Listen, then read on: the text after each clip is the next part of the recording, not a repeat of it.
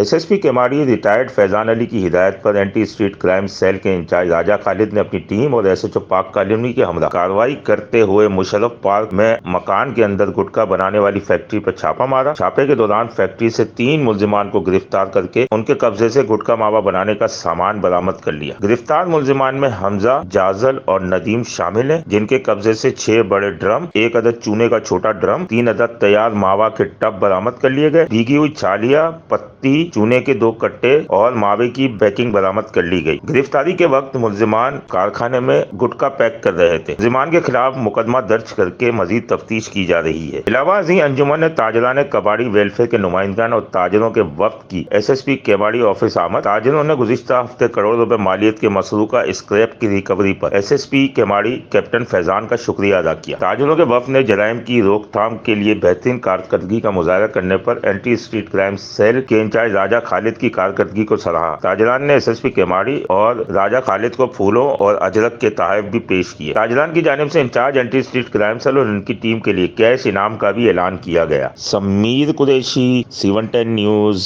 Karachi. C110 news, खबर की असल खबर।